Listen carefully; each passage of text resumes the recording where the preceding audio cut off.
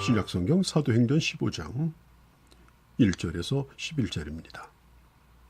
바울과 바나바가 1차 전도 여행을 마치고 본 교회인 안디옥으로 돌아와서 하나님이 행하신 일들을 보고할 때 큰 은혜를 받고 하나님 앞에 영광을 돌렸습니다. 그런데 저 유대로부터 올라온 몇 사람들이 안디옥으로 와서 말합니다. 바울은 모세의 율법을 가르치지 아니하고 할례를 받지 않아도 된다라고 말했다는 것입니다.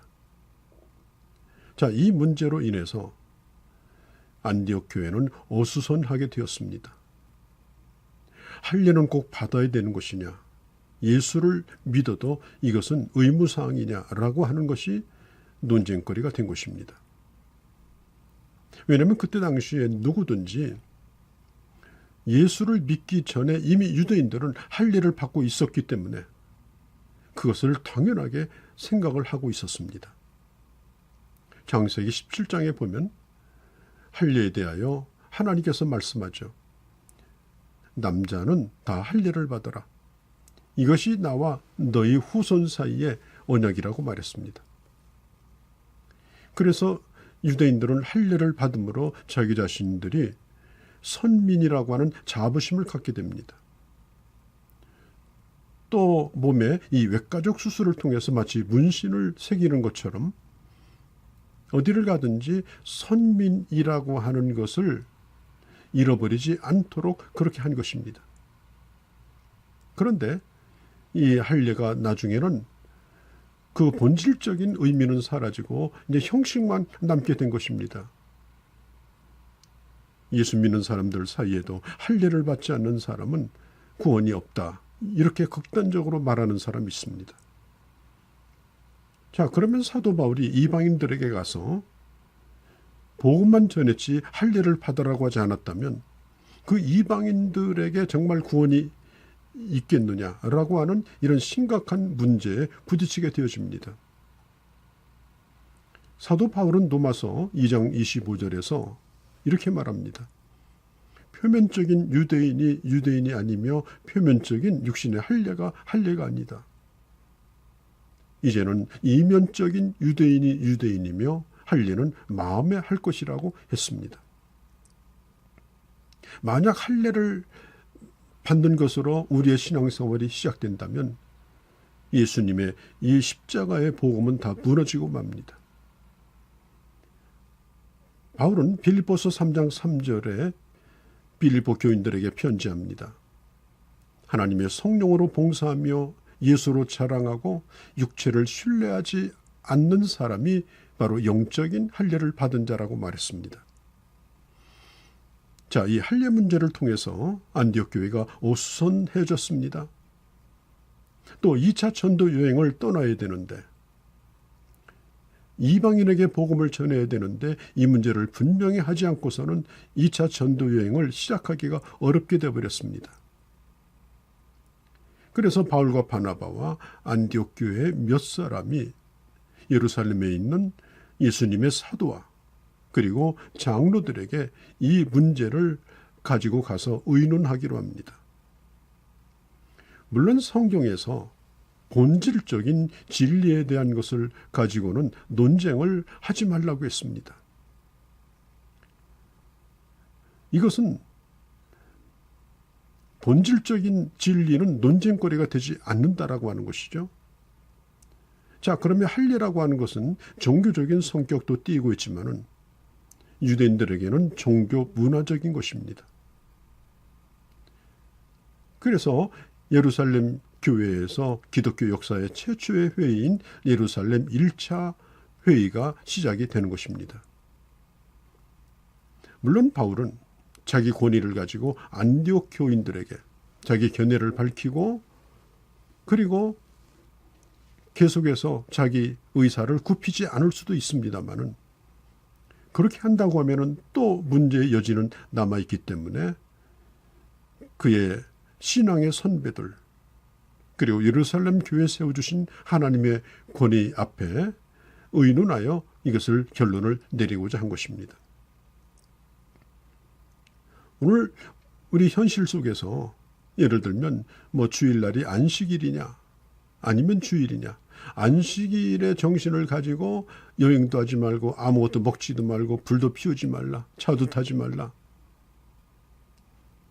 나는 차 타지 아니하고 뭐 왕십리에서 서울역까지 걸어왔다. 뭐 이런 얘기를 무용담처럼 하던 그런 시절도 있었습니다.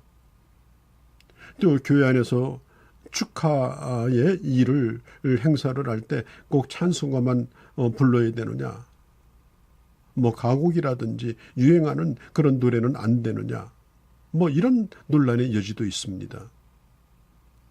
또 주일날 예배드린 다음에 이 상점의 문을 열어서 영업을 해도 된다. 또 하지 않아야 된다. 뭐 이런 논쟁도 있습니다. 자, 이런 것은 본질적인 것은 아닙니다. 상당히 문화적인 문제입니다. 또 이것은 예수 그리스도를 믿는 사람들에게 자유에 대한 그런 문제이기도 합니다.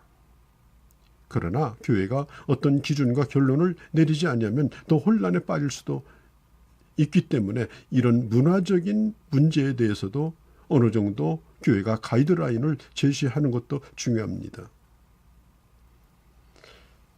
특별히 이 세상의 수도 종교, 어떤 대가를 지불해야 받을 수 있다.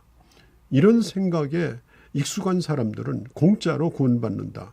예수 믿기만 하면 구원받는다. 이런 게 마음에 와닿지 않습니다. 그래서 예수를 그냥 믿는 것만 가지고는 의신이 서지 않으니까 율법으로 완전할 수는 없지만은 그래도 율법을 따라서 하는 데까지는 해보자. 그래야 구원도 완전해지지 않느냐. 하나님의 은혜가 99%라면 그래도 인간의 역할이 1%는 되지 않겠느냐. 또 이렇게 말하기도 합니다. 그래서 사람의 어떤 의무를 강조하다가 결국은 이것이 의무화가 되어져서 결국은 이 복음의 본질을 대단히 훼손하는 경우도 있습니다. 갈라디아서 2장 16절에 의롭게 되는 것은 율법에서 난 것이 아니요 오직 예수 그리스도를 믿음으로 말미암는 줄 아는 고로 믿음으로써 의롭다함을 얻으려는 것이라 행위로서 의롭다함을 얻을 육체가 없다라고 갈라디아서 2장 16절에 분명히 말합니다. 바울과 바나바는 예루살렘 교회에서 반가운 영접을 받았고 또 1차 선교 여행을 통하여 하나님이 하신 일들에 대한 보고를 하였습니다. 그리고 이제 이 문제를 다루기 시작하는 것입니다. 자, 이 문화란 뭡니까? 문화는 공기와 같습니다. 오래도록 몸에 배운 관습이고 습관입니다. 예수를 믿어도 그 문화의 배경을 배격할 수는 없습니다. 그래서 아프리카라든지 그런 원주민들이 주류를 이루는 그런 교회에서는 우리가 이해하기 어려운 그런 예배 형식을 가지고 있습니다. 또 우리나라와 같이 경건한 부류의 선교사들로 선교가 시작된 나라는 대체적으로 경건한 예배 형식을 가지고 있습니다. 이것은 다분히 문화의 문제입니다. 내게 익숙하지 않다고 해서 상대방을 인정하지 않는다든지 그걸 잘못됐다고 말하기는 어렵습니다. 그리고 문화라고 하는 것은 시대에 따라 변해갑니다. 자, 복음은 본질적으로 변하지 않습니다. 다만 복음이 문화의 옷을 입고 시대에 따라서 증거되어지고 또 이 예배가 또 문화 속에서 변화되어져 가는 것입니다. 우리가 입맛을 바꾸기가 어려운 것처럼 이 바꾸기가 어렵습니다. 그러나 바뀌게 되어집니다. 예전에는 의자에 앉아서 예배드린다는 거 상상도 못했습니다. 기도해도 무릎 꿇고 해야 됩니다. 어느 때부터인가는 의자 반절, 방석 반절 그렇게 하더니 이제는 의자로 바뀌었습니다. 그렇게 되는데 수십 년이 걸리지 않았습니다. 그래서 우리는 이 문화의 문제를 가지고 절대적인 것처럼 어기면 안 되는 것처럼 그렇게 우리가 고집을 하면 안 됩니다. 이 복음이 히브리 문화라고 하는 그 문화에 갇혀서 지금 이 어려움을 당하고 있는 것이 이 바울 당시는 매우 심각한 현실이었습니다. 이 베드로 같은 사람은 안디옥에 갔다가 이방인하고 식사를 하다가 유대로부터 사람들이 안디옥에 들어왔다는 얘기를 듣고 식사를 하다 말고 갑자기 도망을 쳐버리는 그런 당황스러운 일도 있었습니다. 왜냐하면 그것은 문화의 문제인데, 그런데 그 일로 말미암아 다른 사람들이 또 상처를 받게 되어졌죠. 여러분 기억하십시오. 복음의 편지는 변치 않습니다. 시대는 끊임없이 변해가고 문화는 변해갑니다. 전통을 주장하는 것도 좋지만은 오늘 흘러가는 문화 속에서 복음을 아름답게 담아서 그 복음이 효과적으로 증거되는 것이 무엇인가를 교회는 또 지도자들은 고민을 해야 되는 것입니다.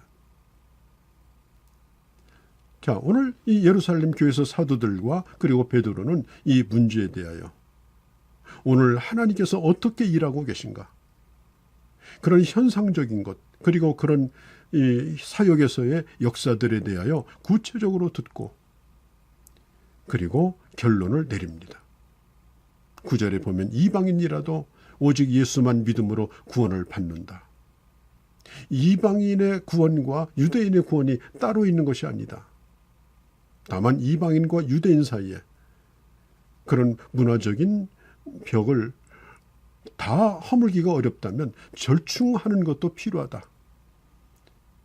그래서 논쟁하지 않냐고 서로의 문화를 인정해주며 예수 그리스도라고 하는 그런 공통점 안에서 하나 되어지는 것, 그것을 깊이 고민했습니다.